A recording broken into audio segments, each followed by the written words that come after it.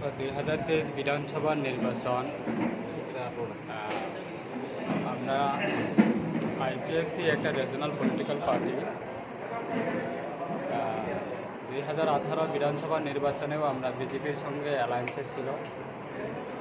5টা বছর পূর্ণর করে এই 2023 বিধানসভা নির্বাচন, এই নির্বাচনেও আমরা বিজেপির লগে অ্যালায়েন্সের মাধ্যমে প্রতিদ্বন্দ্বিতা করছে। আমরা বিজেপি আইপিএফটি 60টা বিধানসভা কেন্দ্রের মধ্যে, আমাদের আইপিএফটিতে 6টা বিধানসভা কেন্দ্রতে আমরা প্রতিদ্বন্দ্বিতা করেছিল।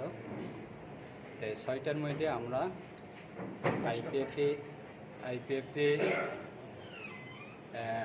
দক্ষিণ ত্রিপুরা জেলা 38 জলাইবাড়ি বিধানসভা কেন্দ্র থেকে আমরা বিজয় করতে পেরেছি। তাই আমি প্রথমে রাজ্যবাসীকে ধন্যবাদ জানাবো। আমাদের আইপিএফটি বিজেপির প্রতি আশা এবং বিশ্বাস রেখে দ্বিতীয়বারের সরকার গঠনের সুযোগ দিয়েছে। সমস্ত রাজ্যের আমাদের প্রিয় ভোটার এবং পবিত্র ভোটদান যারা করছে তাদেরকে আমি সকলকে আন্তরিক অভিনন্দন এবং প্রণাম জানাই। আশা করি এই দ্বিতীয়বারের সরকারের গঠনে আইপিএফটি বিজেপি আমরা সংখ্যাগরিষ্ঠতা নিয়ে যেহেতু আমরা রাজ্যের মধ্যে দ্বিতীয়বার সরকার বসেছে, আগামী 5 বছরের জন্য মানুষের যে মৌলিক অধিকার সেইগুলি পৌঁছানো দেওয়ার জন্য আমরা যথেষ্ট সহযোগিতা এবং সরকারের মাননীয় মুখ্যমন্ত্রী, এই রাজ্যের মুখ্যমন্ত্রী, জনকল্যাণ মুখ্যমন্ত্রী ডক্টর মানিক সাহা মহোদয়ের নেতৃত্বে আমিও একজন ক্যাবিনেটের মন্ত্রী হিসাবে আমি দায়িত্ব নিয়েছি এবং শপথ নিয়েছি। তাই আগামী দিনে আশা থাকবো রাজ্যের মানুষের জন্য কাজ করার আমরা যথেষ্ট সহযোগিতা আপনার চেষ্টা করব। আজকের এই মিটিংয়ে কী বিষয় নিয়ে আলোচনা করা হবে? দেখো, আমাদের একটা রিজনাল পলিটিক্যাল পার্টি নির্বাচনের পরে আমাদের কোনো সমস্ত আমাদের বিভাগীয় এবং রাজ্য কমিটিকে নিয়ে আমরা নির্বাচন ইস্যুকে আমরা রিভিউ করার সুযোগ পাইনি। তার কারণে আজকে আমরা একটা নির্দিষ্ট তারিখ এবং স্থান আমরা দিয়েছি যে আমরা নির্বাচনে আমাদের কাজকর্ম বা নির্বাচনে আমাদের অ্যাক্টিভিটিস সেইগুলিকে আমরা রিভিউ করার জন্য আমাদের মাননীয় পার্টি প্রেসিডেন্ট প্রাক্তন মন্ত্রী শ্রী প্রেম কুমার রিয়াং মহোদয় উনি আছেন এবং আমাদের অন্যান্য বিধায়করা তারাও আছে, প্রাক্তন বিধায়করা তারাও আছে। আমাদের রাজ্য কমিটি সকলেই আজকে উপস্থিত থাকবে। তাই আগামী দিনে আমাদের কর্মসূচি কীভাবে আমরা পার্টিকে আবার পুনরায় আমরা স্ট্রং পজিশনে নেওয়া যায় সেগুলি আমরা রিভিউ করে আমরা আজকে পলিসি, একটা নতুন পলিসি পার্টি আগামী দিনে বিজেপি আইপিএফটি মিলে কাজ করার জন্য একটা পলিসি সবারই সঙ্গে নিয়ে আমরা আলোচনার মাধ্যমে পলিসি নিয়ে চলব। দেখো, আমরা সেটাই মেনে নেই। আইপিএফটি বিজেপিকে দ্বিতীয়বারের সরকার গঠনের আটকানোর জন্য অনেক রাজনীতি দলরা অনেক ষড়যন্ত্র করছে। যেমন কংগ্রেস, সিপিএমরা তারা সরাসরিভাবে মানুষের চোখের সামনে ডাইরেক্টলি তারা অ্যালায়েন্স হয়ে গেছে। আর বিগত দিনে যখন সিপিএমরা 25টা বছরের রাজ্যে ক্ষমতা ছিল তখন কিন্তু অনেক কংগ্রেস কর্মীরা হ্যারাসমেন্ট হয়েছে, অনেক কংগ্রেস কর্মীরা অত্যাচার হয়েছে, আক্রমণ হয়েছে, কেউ প্রাণ হারিয়েছে।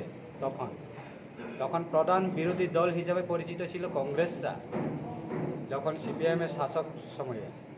তো আজকে যখন বিজেপি আইপিএফটির সরকার গঠন হয় 2018, এই যে স্বচ্ছ সরকার এবং মানুষের জনকল্যাণের সরকারকে কিভাবে আটকানো যায় সেটাকে সবাই শত্রুরা একত্রিত হয়ে গেছে।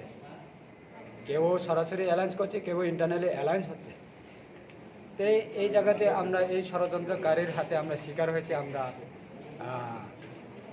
তার কারণে আজকে আমরা আইপিএফটি এই 2023 বিধানসভা নির্বাচনে আমাদের সংখ্যা আসনগুলি কমে গেছে। তাই আমরা সেইগুলি আজকে সমস্ত জিনিসটা নিয়ে আমরা আলোচনা করব। আগামী দিনে আমরা সেইগুলি জবাব দেওয়ার জন্য আমরা প্রস্তুত থাকব এবং আমাদের নতুন আমরা নেতৃত্ব আমরা তৈরি করব আগামী দিনে ময়দানের জন্য। কিন্তু আগামী দিনে যারা বিরোধীরা এই বিধানসভা নির্বাচনে যারা বিরোধীরা বলছে যে বিজেপি আইপিএফটি 5টা 6টা আসনের বেশি পাবে না, তাদের মুখে কালি লাগিয়ে দিয়েছে ইভিএমের মাধ্যমে।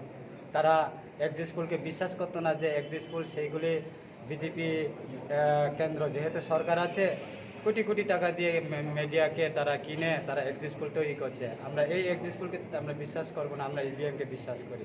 তো ইভিএমে যখন ভোট গণনা শুরু হয় তখনই দেখা যায় সব ইভিএম সব আসনের মধ্যে মেজরিটি যে বিধানসভা কেন্দ্রের মধ্যে আমাদের পক্ষে রায় দিয়েছে জনগণ। তো আগামী দিনে তারা কি বলবে, তারাই তাদের পথ তৈরি করবে যে আজকে 2 তারিখ মার্চে আমাদের ফলাফল আমাদের পক্ষে এসেছে এবং জনগণ রায় দিয়েছে, দ্বিতীয়বারে সরকার গঠন করছে এবং সরকার আমরা আগামী দিনে মানুষের জন্য কাজ করব। তাই মানুষকে কোনো কারণে বিভ্রান্ত করা যাবে না, মানুষ সচেতন আছে, আগামী দিনে আমরা ময়দানে থাকব। অনেক নেতৃত্ব আপনাদের আইপিএফটি থেকে তিপ্রামতে চলে গেছে, তাদের কি আনার প্রচেষ্টা চলবে আপনাদের? দেখো, একটা আমাদের পলিটিক্যাল পার্টি সিপিএম একটা পলিটিক্যাল পার্টি, বিজেপি একটা political party, national political party. সব রাজনীতি দলে নির্বাচন যখন ঘোষণা হয়, নির্বাচনের দিন তারিখ যখন ঘোষণা হয়, সব পলিটিক্যাল পার্টি নেতৃত্বরা তারা এক জায়গা থেকে অন্য জায়গা যায়, এক জায়গা থেকে অন্য জায়গা যায়, এমন হয়। আমরা আমাদের পার্টি থেকেও অনেক নেতৃত্বরা অন্য দলে চলে গেছে।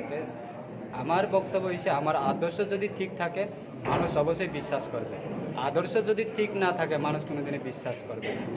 তাই ওই আদর্শতা নিয়ে আমরা আগামী দিনে আমাদের পার্টিতে আমরা যদি পুরান নেতৃত্বরা তারা যদি আমাদের সেরে যায়, আমরা নতুন নেতৃত্ব আমরা তৈরি করব। আমরা আদর্শ যে লোকটারে নিয়ে যদি আমরা নেতৃত্ব ভালো নেতৃত্ব তৈরি করতে পারে, আদর্শ রাখতে পারে, সেই লোকটাকে আমরা আমাদের দায়িত্ব পার্টির দায়িত্ব দেব। নেতৃত্ব আসবে যাবে সেটা কোনো ম্যাটার নেই, ম্যাটার হচ্ছে মানুষের আদর্শ ঠিক থাকতে হবে। আজকে কংগ্রেস সিপিএমের আদর্শ কোথায়?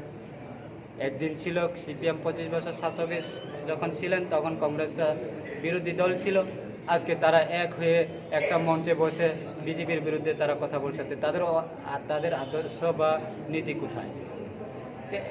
এরকমভাবে রিজনাল পলিটিক্যাল পার্টিটিও আছে। আমাদের এই আইপিএফটির বিরুদ্ধে যারা আন্দোলন করছে বিগত দিনে, আইএমপিটি ক, এনএসপিটি ক, অন্যান্য অনেক দল আছে।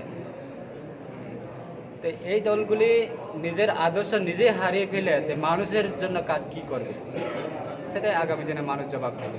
ধন্যবাদ।